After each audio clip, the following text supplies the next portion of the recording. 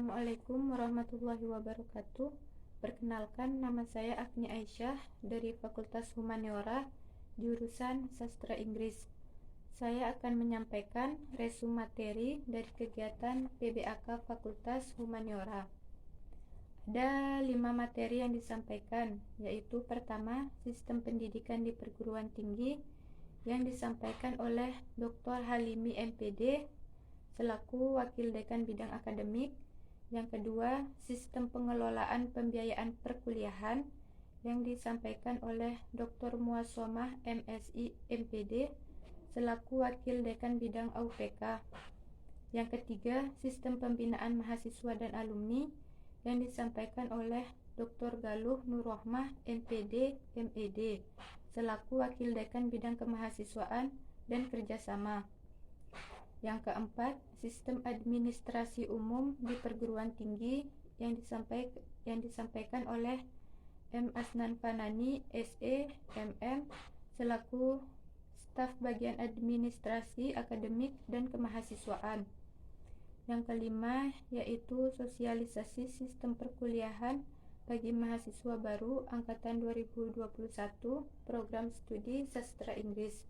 Untuk materi pertama, yaitu sistem pendidikan di perguruan tinggi. Sistem pendidikan pertama, sistemnya menggunakan sistem kredit semester atau SKS.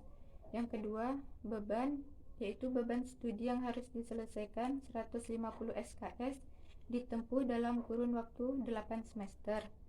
Yang ketiga, gelar. Lulusan Fakultas Humaniora akan memperoleh gelar Sarjana Sastra SS, sedangkan Sarjana Humaniora atau SHUM untuk prodi Bahasa dan Sastra Arab.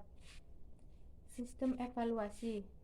Yang pertama, UTS dan UAS, ujian tengah semester dan ujian akhir semester, serta beberapa evaluasi lainnya. Kedua, PKL, ujian praktik kerja lapangan setelah menyelesaikan beberapa matkul sebagai persyaratan. Yang ketiga, ada komprehensi, yaitu ujian secara menyeluruh setelah menempuh mata kuliah sebagai persyaratan ujian skripsi.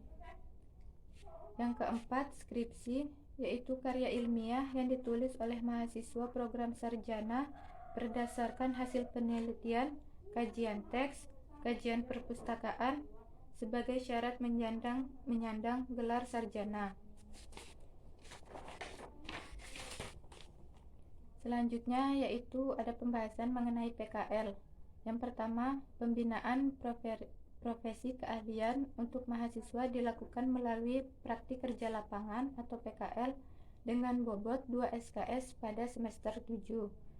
Yang kedua, yaitu profesi keahlian di Fakultas Humaniora seperti pariwisata, pengajaran, terjemah, jurnalistik, perfilman, dan diplomat. Adapun tugas akhirnya, yang pertama, menggunakan bahasa Arab bagi mahasiswa program studi Bahasa dan Sastra Arab, dan menggunakan bahasa Inggris bagi mahasiswa program studi Sastra Inggris. Tugas akhirnya berupa alur pengajuan judul, bimbingan, dan ujian skripsi. Selanjutnya, materi kedua, yaitu sistem pengelolaan pembiayaan perkuliahan. Fakultas Humaniora memiliki beberapa fasilitas. Yang pertama, ruang kuliah. Yang kedua, ruang perpustakaan, yaitu perpustakaan pusat UIN dan perpustakaan fakultas. Yang ketiga, ruang SAC, yaitu ruang belajar mandiri, berkelompok, berdiskusi, nonton bareng, dan membaca berbagai genre buku.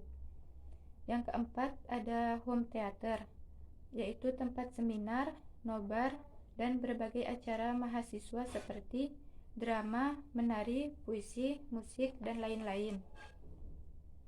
Yang kelima, ada auditorium, yaitu tempat seminar, lomba-lomba, dan berbagai acara mahasiswa. Yang keenam, ada lab bahasa multimedia. Yang ketujuh, galeri seni untuk memperdalam hobi menari, bermain musik, dan gamelan. Yang kedelapan, ada galeri kaligrafi. Yang kesembilan, ada meeting room sebagai ruang rapat dan ruang ujian-ujian akhir semester. Selanjutnya keuangan. UKT atau uang kuliah tunggal. UKT ini sharing pembayaran dan saling membantu.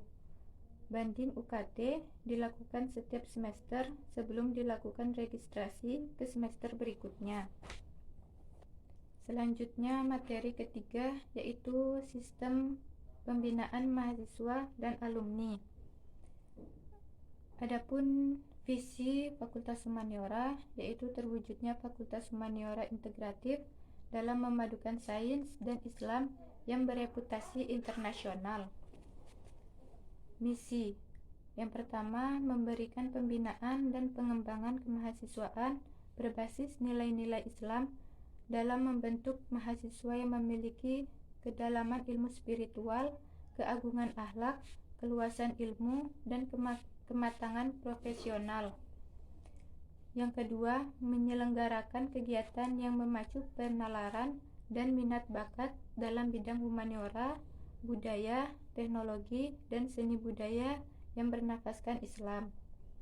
Yang ketiga, mengembangkan jiwa kepemimpinan, sosial, dan kepeloporan dalam masyarakat berbasis nilai-nilai Islam dan budaya Indonesia. Misi yang terakhir yaitu mengembangkan kemandirian dan profesionalisme. Adapun tujuannya yaitu pertama, memiliki kedalaman spiritual, keagungan akhlak, keluasan ilmu, dan kematangan profesional. Yang kedua, memiliki kreativitas, inovasi, dan prestasi di bidang akademik maupun non-akademik. Yang keempat, memiliki jiwa kepemimpinan, sosial, dan kepeloporan. Yang terakhir, memiliki jiwa kemandirian dan profesionalisme. Adapun program-program pembinaan dan pengembangan. Yang pertama, peningkatan spiritualitas dan keluhuran akhlak. Yang kedua, pengembangan penalaran dan keilmuan. Yang ketiga, pengembangan potensi, minat dan bakat. Yang keempat, pengembangan profesionalisme. Dan yang terakhir, pengembangan pengabdian masyarakat. Adapun strategi umum pembinaan dan pengembangan. Yang pertama, terprogram. Yang kedua, sinergis. Yang ketiga, bertahap dan berkesinambungan. Yang keempat, demokratis. Dan yang terakhir, koordinasi kolaboratif. Adapun komunitas bakat dan minat. Yang pertama, komunitas peneliti. Yang kedua, komunitas kaligrafi. Yang ketiga, komunitas debat. Yang keempat, komunitas penulisan kreatif. Yang kelima, komunitas karawitan. Yang keenam, komunitas tari. Yang ketujuh, komunitas film. Yang kedelapan, komunitas jurnalistik. Dan yang terakhir ada al-jalalain.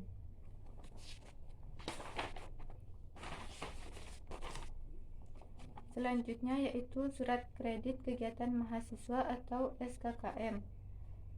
Yang pertama, semua kegiatan yang dilakukan oleh mahasiswa, baik yang bersifat akademik maupun yang non-akademik, diakui dengan pemberian bobot tertentu yang disebut SKKM. Yang kedua, SKKM digunakan sebagai syarat mengikuti ujian komprehensi.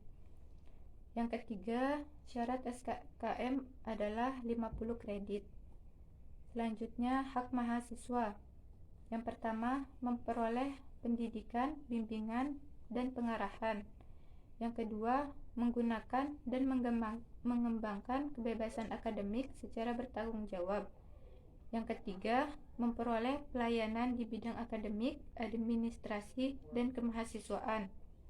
Yang keempat, memperoleh penghargaan atas prestasi yang dicapai. Yang kelima, memanfaatkan sarana dan prasarana sesuai ketentuan. Yang keenam, menyampaikan aspirasi secara santun, profesional, dan bertanggung jawab. Adapun kewajiban mahasiswa, yang pertama, memenuhi kewajiban finansial sesuai ketentuan. Yang kedua, meningkatkan kemandirian dan profesionalitas. Yang ketiga, mendukung terwujudnya bilingual university dan world class university. Yang keempat, menjunjung tinggi dan mengamalkan ajaran agama Islam. Yang kelima, menjaga pergaulan dengan lawan jenis berdasarkan norma agama. Yang keenam, menjaga kewibawaan dan nama baik. Yang ketujuh, menghormati sesama mahasiswa dan bersikap sopan terhadap pemimpin, dosen, dan karyawan. Yang terakhir, menjaga sarana dan prasarana kebersihan, ketertiban, dan keamanan kampus. Kode etik berbusana, yaitu berpakaian sopan, rapi, bersih, sesuai dengan syariat Islam.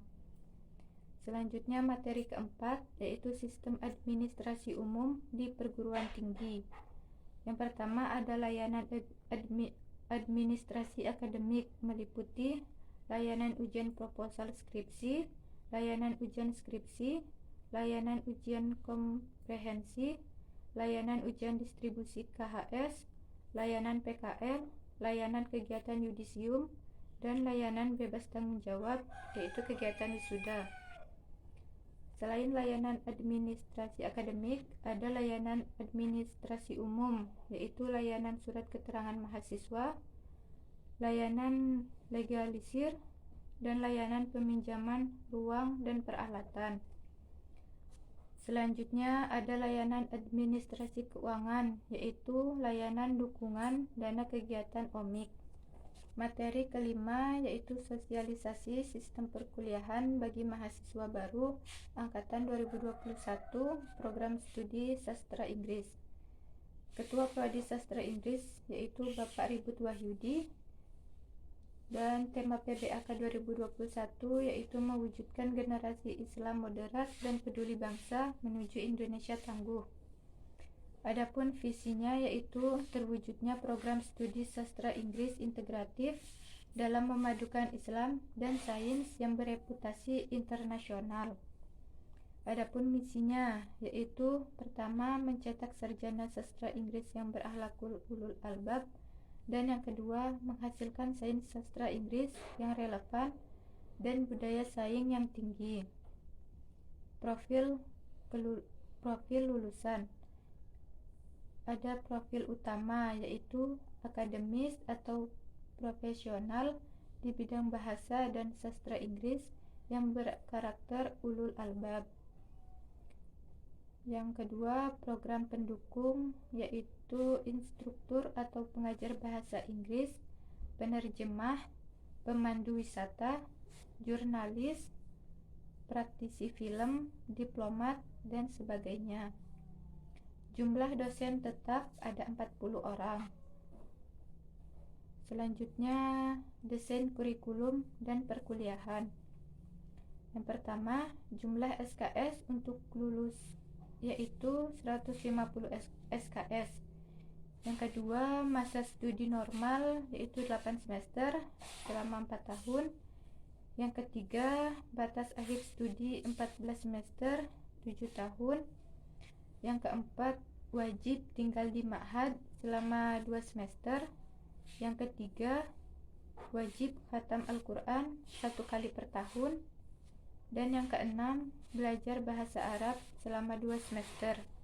Itulah tadi penyampaian hasil dari resume materi dari kegiatan PBAK Fakultas Humaniora.